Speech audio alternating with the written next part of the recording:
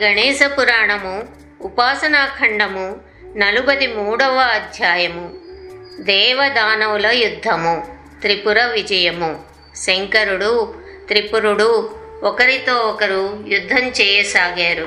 ప్రచండునితో కుమారస్వామి, చండునితో నందీశ్వరుడు, భీమకాయుడితో పుష్పదంతుడు, కాలకూటునితో భృసుండు, వజ్రదంష్టునితో వీరభద్రుడు, దైత్యుని మంత్రులతో ఇంద్రుడు, దైత్య కుమారునితో జయంతుడు, దైత్య గురువు శుక్రునితో దేవగురువు బృహస్పతి, ఇలా దైత్య దానవులు ద్వంద్వ యుద్ధం సాగించారు.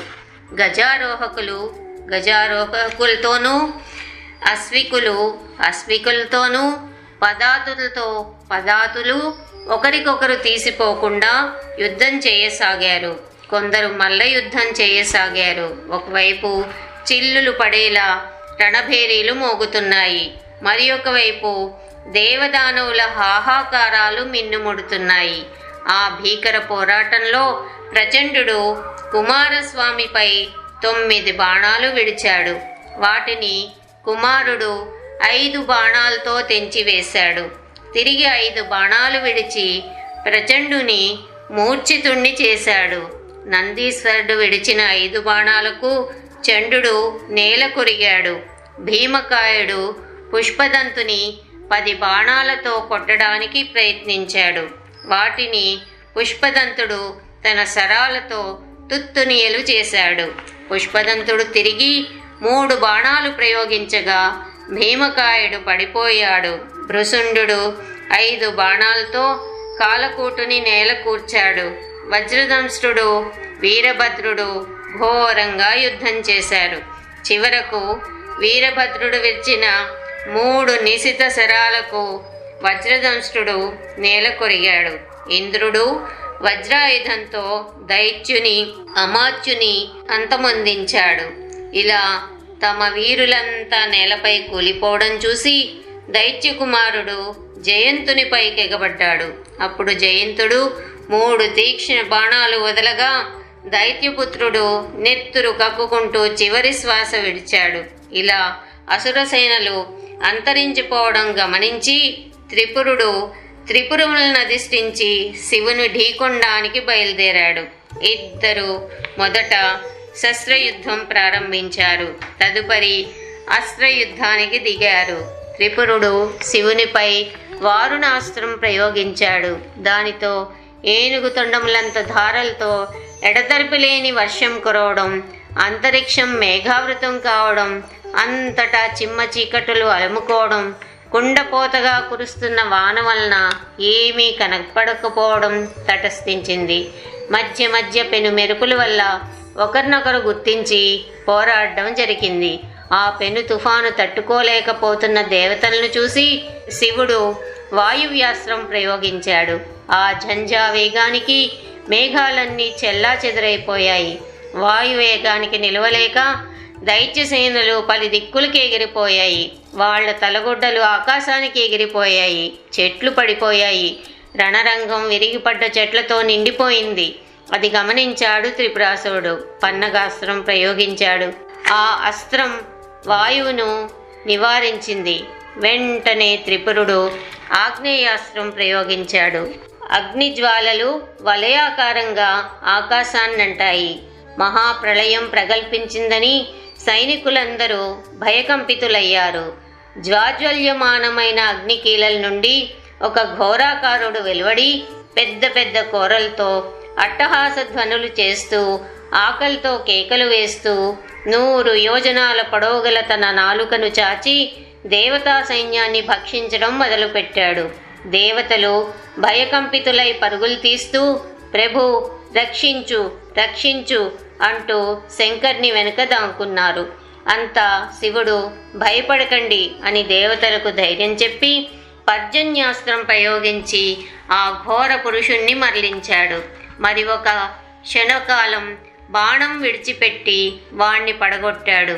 వాడు తిరిగి లేచి శివసేనలను తినివేయడం మొదలుపెట్టాడు. ప్రమదగణాలు భయపడి పలు దిశలకు పరుగులు తీశారు. శివుడు కూడా నిస్సహాయుడై పర్వత గుహలోనికి వెళ్ళాడు. కుమారస్వామి మొదలైన వారు శివుణ్ణి వెంబడించి వెళ్ళారు. అప్పుడు త్రిపురుడు ఒంటరిగా ఉన్న పార్వతిని పట్టుకోవడానికి మేరు పర్వతానికి బయలుదేరాడు. గిరిజాదేవి దూరం నుంచి వస్తున్న దైత్యుని చూసి భయపడి తండ్రి దగ్గరికి వెళ్ళి, తండ్రి, ఆ దైత్యుడిటు వస్తున్నాడు, వాడు నన్నేమి చేస్తాడో అని భయంగా ఉంది అని హిమవంతునితో మొరపెట్టుకుంది. అప్పుడు పర్వతరాజు తనకొక్కడికే తప్ప ఇతరులకు తెలియని రహస్య ప్రదేశంలో గిరిజాదేవిని దాచాడు. త్రిపురుడు పర్వతమంతా గాలించాడు, కానీ పార్వతి కనబడలేదు. అలా పలు చోట్ల తిరుగుతూ వెళ్తూ ఉండగా ఒకచోట దివ్య సుందర చింతామణి గణపతి విగ్రహాన్ని చూశాడు.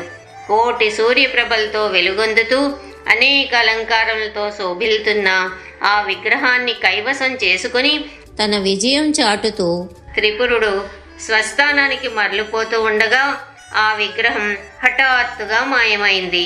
అది తనకు అపశకునమని చింతిస్తూ వెళ్ళిపోయాడు. 43వ అధ్యాయం సమాప్తం.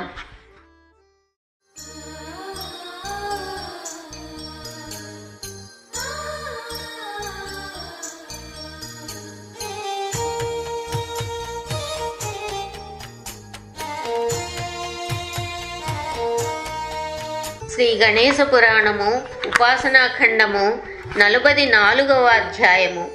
నారదుని ఆగమనము. శివుడు పర్వత గుహలో ప్రవేశించి తనలో తాను ఇలా చింతించాడు. ఆహా, భూతలమంతా దైత్యుని వశమైంది. ఇలా తలంలో స్వాహా స్వధాకారాలు లేకుండా పోయాయి. ఎప్పుడు దేవతలు మరలా తమ తమ నిజస్థానాలను పొందుతారో కదా, ఆ త్రిపురుడు ఎలా అంతమవుతాడు? శివుడు ఇలా ఆలోచిస్తూ ఉండగా అక్కడకు నారదుడు వచ్చాడు. నారదుని చూడగానే శంకరుడికి అమృత సేచనమైనంత ఆహ్లాదం కలిగింది. నారదునికి స్వాగతం పలికి అతన్ని ఉచితాసనంపై కూర్చోబెట్టి, మహర్షి, త్రిపురుని చేతిలో దేవతలందరూ ఓడిపోయి చెల్లాచెదురైపోయారు. ఎవరి జాడా తెలియటం లేదు. అంతేకాదు, నా అస్త్రాలన్నీ వాడి అస్త్రాల వల్ల భగ్నమయ్యాయి. వాణ్ణి కడతేర్చి దేవతలకు రక్షణ కల్పించే ఉపాయం సెలవీయండి అని కోరాడు. అప్పుడు నారదుడు, శంకర, నువ్వు సర్వజ్ఞుడు, సర్వ విద్యలకు అధిపతివి, సర్వకర్తవు, సర్వరక్షకుడువు, సర్వహర్తవు, సర్వనియంతవు, సర్వసమర్థుడవు. అణిమాది సిద్ధులన్నీ నీ వశమై ఉన్నాయి. నువ్వు ఐశ్వర్యకారకుడువు, సద్గుణ సంపన్నుడవు, సర్వులకు నీవే ఉపదేష్టవు. నీకు నేనేం చెప్పగలను? అయినా నా బుద్ధికి తోచిన మేరకు సలహా చెప్తాను, విను అని చెప్పి ఒక్క క్షణం ఆలోచించి, శంకర, నువ్వు యుద్ధానికి బయలుదేరే ముందు సర్వ విఘ్న నివారకుడైన గజాన్ని పూజించలేదు. అందుకే అగ్నినేత్రుడై ఉన్నను, పినాకపాణివై ఉన్నను అగచాట్లు పొంది అపజయం పాలయ్యావు. ఇప్పుడైనా మించిపోయింది లేదు. నువ్వు వెంటనే విఘ్నేశ్వరుని పూజించి ఆ దేవదేవుని ప్రసన్నం చేసుకో. అయితే త్రిపురుడు కూడా గణపతి భక్తుడు సుమా. వాడు గణపతి వలన అనేక వరాలు పొందాడు. వరదుడు వాడికి వరాలు ప్రసాదిస్తూ, త్రిపుర, నిన్ను ఈశ్వరుడు తప్ప ఇతరులెవ్వరూ హతమార్చలేరు. శివుడు ఒక్క బాణంతో నీ త్రిపురాలను భేదించినప్పుడే నీకు మృత్యువు కలుగుతుందని హెచ్చరించాడు. కాబట్టి కాలం వృధా చేయక నువ్వు ఆ ద్విరదాసుని అర్చించి ప్రసన్నం చేసుకుంటే నీకు తప్పక విజయం కలుగుతుంది అని చెప్పి తన దారిని వెళ్ళిపోయాడు. శివుడు వెంటనే దండకారణ్యానికి వెళ్ళి ఒక అనువైన చోట పద్మాసనం వేసుకుని ఏకాగ్ర చిత్తంతో గణపతి మంత్రధ్యాన తత్పరుడై 100 సంవత్సరాలు ఘోర తపస్సు చేశాడు. తీవ్రంగా తపస్సు చేస్తున్న శివుని ముఖం నుండి 5 ముఖాలతోనూ 10 చేతులతోనూ ముండమాలతోనూ సర్పాలంకారముతోనూ శిరస్సున రత్న కిరీటం, దానిపై చంద్రవంకతోనూ 10 చేతుల్లో 10 ఆయుధములు ధరించి అపర రుద్రుని వలె ఆవిర్భవించి గజానండు శివుని ఎదుట సాక్షాత్కరించాడు. సూర్య చంద్రులను అధక్కరించే దీప్తులతో రాజిల్లుతూ దుర్నిరీక్షంగా ఉన్న ఆ గణనాథుని చూసి, ఇదేమిటిది, నేను 2 రూపాలు ధరించేనా అని ఈశ్వరుడే ఆశ్చర్యపోయాడు.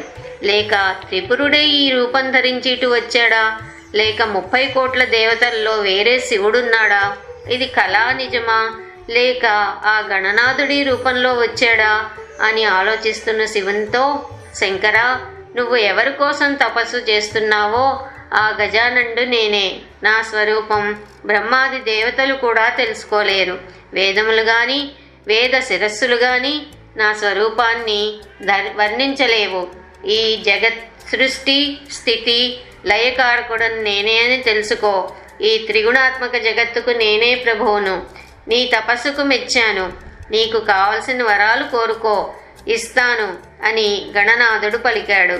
44వ అధ్యాయం సమాప్తం.